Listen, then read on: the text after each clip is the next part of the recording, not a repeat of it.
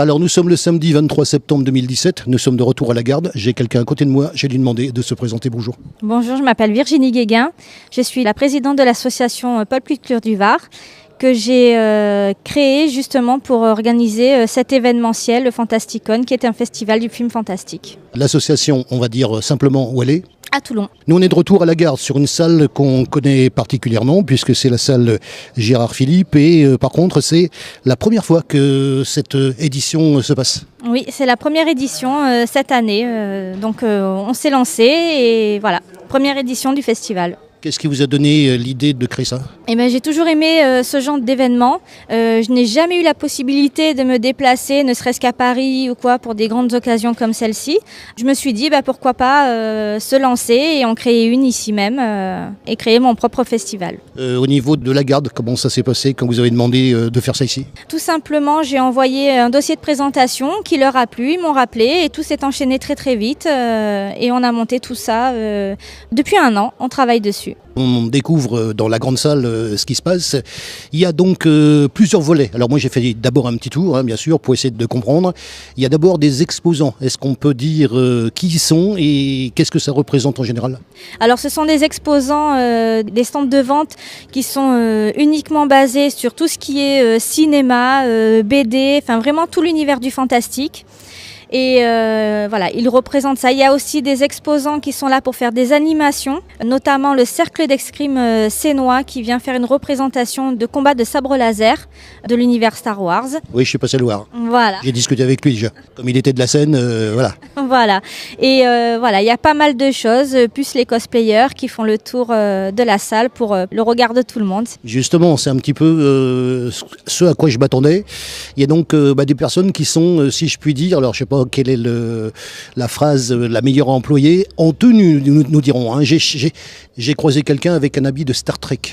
C'était pas le Capitaine Kirk, dommage, parce que c'est une série que j'aime beaucoup d'ailleurs, mais il était très très bien, c'était vraiment bien réussi. Donc il y a d'autres personnes qui sont habillées. Ils représentent leurs personnages favoris et ils représentent l'univers des séries télé et du cinéma. Alors le salon se tient sur 2 jours, ça se tient le vendredi et le samedi. On vient vous voir le samedi, ce qui me donne bien sûr la possibilité de poser la question qui va bien, c'est-à-dire vendredi, parce qu'il y avait une journée hier. Comment ça s'est passé cette première journée ? Ça s'est passé tranquillement, voilà. C'était un vendredi.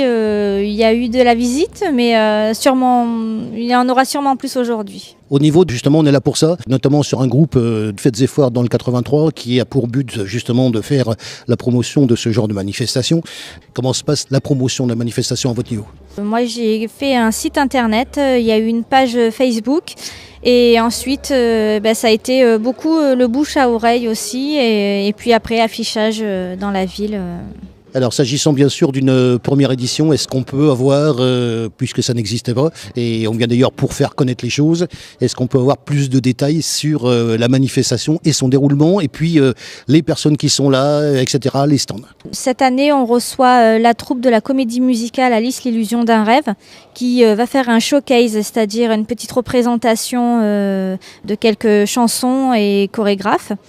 Comme ça, Alice est de l'univers fantastique un petit peu, j'ai trouvé ça totalement à intégrer dans le festival. C'était complètement raccord. Je les ai invités et pour le plaisir de tous. Alors on reparle bien sûr parce qu'ils sont là. Moi j'aimerais plus de détails justement sur les exposants et d'où ils viennent, puis ce qu'ils font exactement. Plus de détails. Alors les exposants, ils viennent d'un petit peu partout. Il y en a qui sont descendus de Paris exceptionnellement pour cette première édition, qui sont des créateurs, des artistes même. Donc Logan Serval, Art of Comics, qui fait de superbes créations collages sur l'univers des BD comics. Nous avons aussi des bustes magnifiques. Il y a vraiment de tout. Il y a des bustes, il y a du vêtement, il y a des créations faites main, steampunk, c'est-à-dire l'univers un petit peu gothique. Vraiment des artistes, il y a beaucoup d'artistes, vraiment des artistes peintres, des créateurs de bijoux, des cosplayers qui fabriquent leurs propres costumes.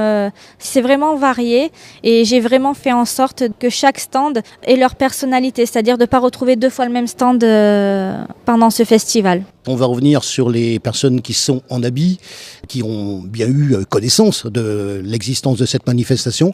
Comment ils l'ont su et d'où ils viennent tous ces gens habillés ? Ils viennent tous de la région.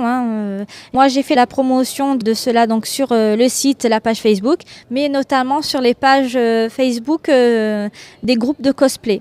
Alors, bien évidemment, on attend du public. Quel public va venir voir Est-ce que c'est pour tout public ? Précisons que c'est un salon gratuit. Cette première édition est gratuite. Je ne sais pas si elle le sera l'année prochaine. Et en fait, ce festival s'adresse vraiment du petit à tout âge. Du moment qu'on aime le cinéma, la science-fiction, les BD, ça s'adresse vraiment à tout le monde.